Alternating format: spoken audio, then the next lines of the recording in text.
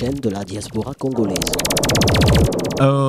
Bandeko Balandia EDTV Bobo Mesoni Toyaka awa na procès oyo pona komeka kosolo kolakisa bino nyoso zali koleka mais kasi lelo na 4e journée toye bongo et komi biso président alobi était procès oyo ba chaîne mususu ekoki susu ko couvrir yango te batiki kaka RTNC yango moko e ba ko couvrir procès ya lelo a daté ya 4e journée ya procès oyo. Donc EBCP Simbutu Mbutu awa ba avocat ba meki ko senga que président a changé de décision na ye soit ba longola pe RTNC soit ba zongisa ba chaîne nyonso et ba ko continuer ko couvrir procès mais kasi président ye a lobby te décision na ye etikali kaka lolenge wana na yango ba avocat nyonso ba il y a parti il y a défense ba se retirer et ba a journée bongo procès ya mokolo ya lelo bazali kobunda na bongo na koluka date ya sika bacha yango dans une semaine to dans 2 semaines toyoki bongo la majorité ya ba prévenu nyo surtout pona bango basengi bongo bapesa bango 2 semaines pour likambu oyo ya ba chaîne et ba kozwa solution to éviter dans 2 semaines wana soki solution à solo komonana to te. Donc pour ce faire, nous allons prendre ici quelques avocats de la défense et on tentera aussi de prendre les avocats de la partie civile pour essayer un peu d'avoir des éclaircissements par rapport à ce qui s'est passé aujourd'hui. J'appelle Maître Jacquemain Chabani. Maître Jacquemain Chabani, l'un des avocats de la défense. Maître, bonsoir. Bonsoir. Maître, est-ce que pouvez-vous nous expliquer ce qui s'est passé exactement aujourd'hui?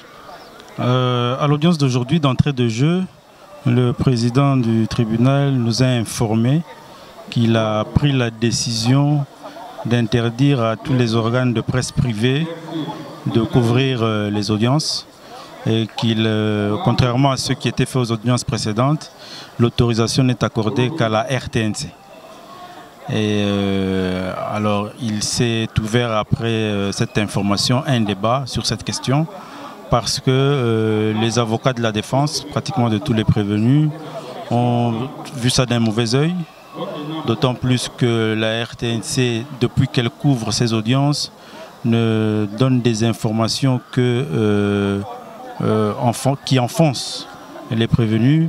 Et elle va même au-delà des critiques sur les prévenus. Elle se permet même de critiquer les avocats des prévenus. Et tout le monde sait que la RTNC est un organe de presse instrumentalisé par le régime de Kabila. Donc nous avons trouvé que ce n'était pas équitable. Nous avons formulé la demande au président du tribunal de pouvoir réautoriser aux organes de presse privés de couvrir les audiences. Au cas contraire, d'interdire à tous les organes comme ça, là il y aurait équité pour nous. À notre grande surprise, et après examen et avis du ministère public, il a pris décision de maintenir sa décision de n'autoriser qu'à la RTNC. C'est ainsi que pour protester à cela, les avocats des prévenus se sont retirés de la barre. C'est pour nous une façon de créer un incident et de démontrer notre désapprobation. Maintenant, chacun va voir son client pour savoir comment le procès va continuer. Et pensez-vous qu'en vous retirant ici, le président va changer sa décision? S'il est pris d'équité et de justice, hein, vous savez, c'est un dossier très sensible qui a vraiment une connotation politique. Rien qu'à voir la façon dont le pouvoir public s'implique, rien que dans les moyens financiers et médiatiques, il y a beaucoup de pesanteur. Donc, vu aussi l'importance de ce dossier, il est utile qu'on ait une décision juste. Donc c'est de la responsabilité du juge et de ses collègues qui sont audienciers dans cette affaire. On attend voir. Mais comme je l'ai fait savoir au cours de l'audience, nous sommes déjà en train de constater, de retenir beaucoup d'éléments qui démontrent qu'il n'y a pas équité. Il n'y a pas équité et la défense n'est pas protégée dans ses droits.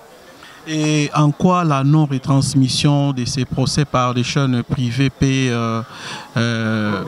sur quoi ça peut peser par rapport à votre défense? Non, déjà c'est un moyen de communication robuste, immense. La RTNC diffuse non seulement sur tout le territoire national, mais aussi à l'extérieur du pays. Avec les commentaires des journalistes, ça donne déjà une mauvaise opinion des prévenus et de mon client, par exemple.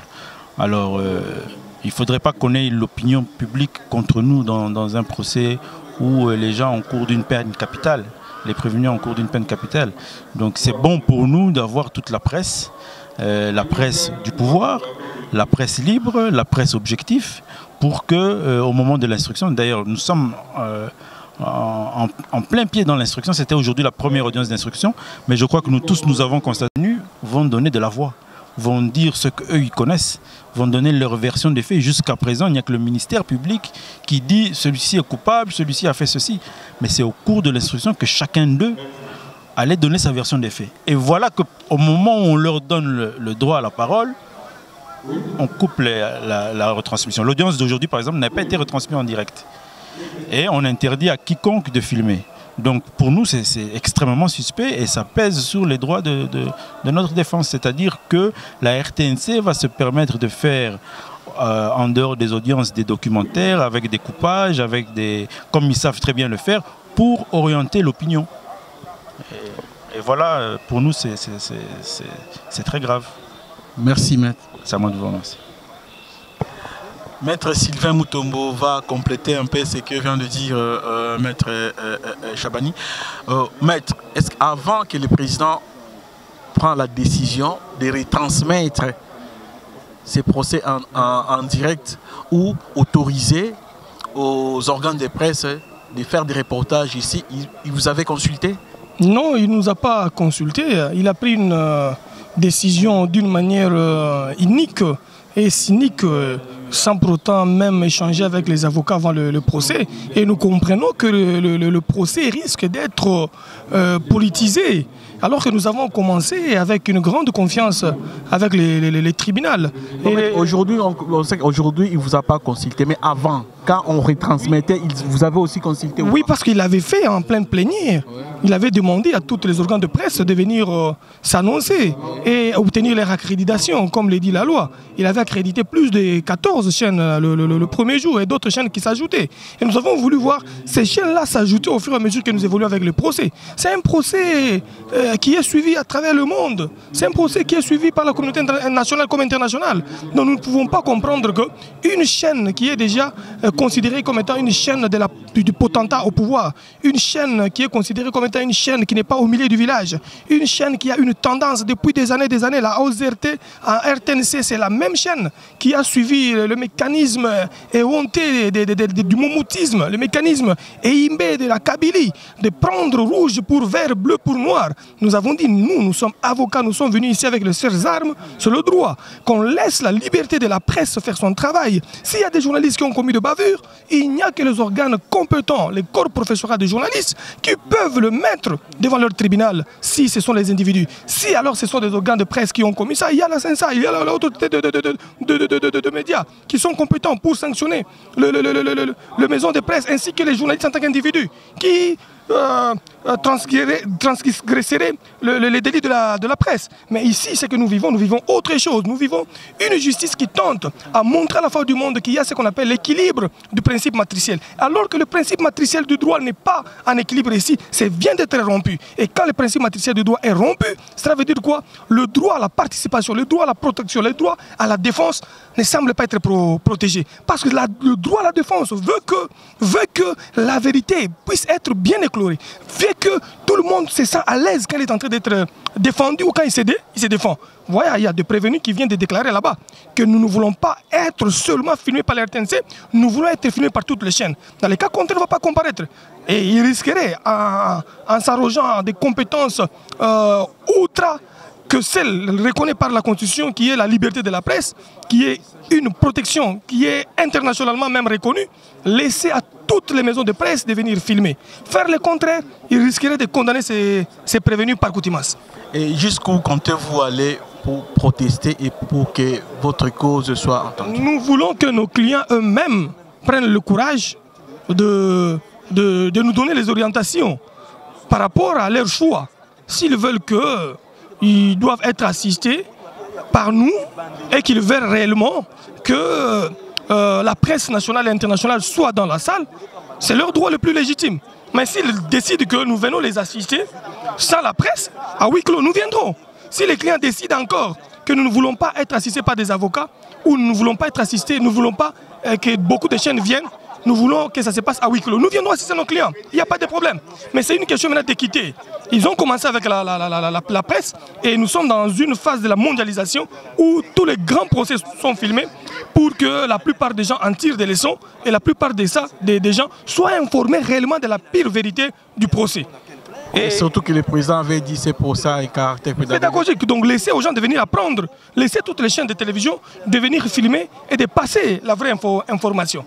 Et là, nous rentrerons peut-être demain après-demain pour nous convenir encore davantage sur la technique de la défense avec nos clients. S'ils épouseraient la thèse de nous laisser et de continuer cela avec le tribunal ou de céder à la pression du tribunal sans la presse autre que la RTNC, nous tirerons les conséquences et nous orienterons nos clients. Merci, maître. Merci, Richmond.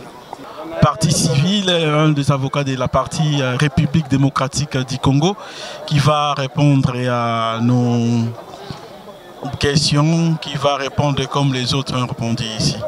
Tonier, Monsieur le bâtonnier, bonsoir. Salut. Est-ce que vous pouvez nous expliquer un peu cet incident-là qui vient de se passer ici aujourd'hui? Il n'y a pas eu d'incident. Il n'y a eu aucun incident. Parce que le procès n'a pas pu continuer. C'est normal. Il n'est pas dit que le procès puisse continuer comme ça. Il y a donc, ce ne sont pas des incidents comme tels. Parce que les incidents sont des éléments qui doivent être soumis devant le juge pour que le juge puisse prendre sa décision là-dessus pour permettre, n'est-ce pas, la suite de la procédure. Or aujourd'hui, n'est-ce pas, la partie prévenue a pu soulever certaines observations qui ont été vidées.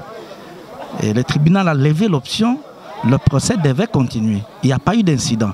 Le fait par les avocats des prévenus de se retirer, c'est un droit. Ce n'est même pas un incident. C'est donc dans le déroulement normal de la procédure. Il n'y a pas eu d'incident comme tel qui puisse entraîner la remise. Non, ce n'est pas ça. Et vous, en tant que représentant de la République démocratique du Congo, en quoi la présence des chaînes privées vous gêne? Normalement, personne ne peut répondre à cette question. Parce que la réponse à cette question relève du pouvoir discrétionnaire du président du tribunal, conformément à l'article 231, n'est-ce pas, du Code judiciaire militaire. La question, comme je l'ai dit, c'est le président qui apprécie, qui estime de façon discrétionnaire que tel organe de presse ne puisse pas prester ou qu'il n'y ait aucun organe de presse. Parce que selon la loi, le principe en matière de retransmission des audiences pénales en matière militaire est que tout ce qui peut être filmé, tout ce qui peut être retransmis, tout ce qui peut être photographié est interdit. C'est ça la loi. Sauf autorisation expresse du président lui-même. S'il a estimé que ce soit la RTNC, il n'a fait qu'appliquer la loi. Mais c'est ça qu'il faut comprendre, que la loi, c'est la loi. C'est comme ça. Donc attention, il ne faut pas confondre cela avec la liberté d'expression, la liberté de presse. Pour ne pas dire que, puisque les organes de presse n'ont pas été autorisés, on a torpillé, on a violé la liberté de presse. Non, c'est la loi. Parce que ce n'est pas seulement en matière de la tenue des audiences. Je voudrais vous citer un exemple. Savez-vous, par exemple, que quand j'ai suivi la réaction de certaines personnes qui sont intervenues, ça m'a fait peur. Parce que je me suis dit, au nom de la liberté d'information et de presse, je risque, au retour de cette audience, trouver dans ma chambre à coucher des journalistes, des caméramans en train de filmer et de retransmettre. Dans ma chambre à coucher, dans mes toilettes, dans mon salon au nom de la liberté de presse ou d'information. Non.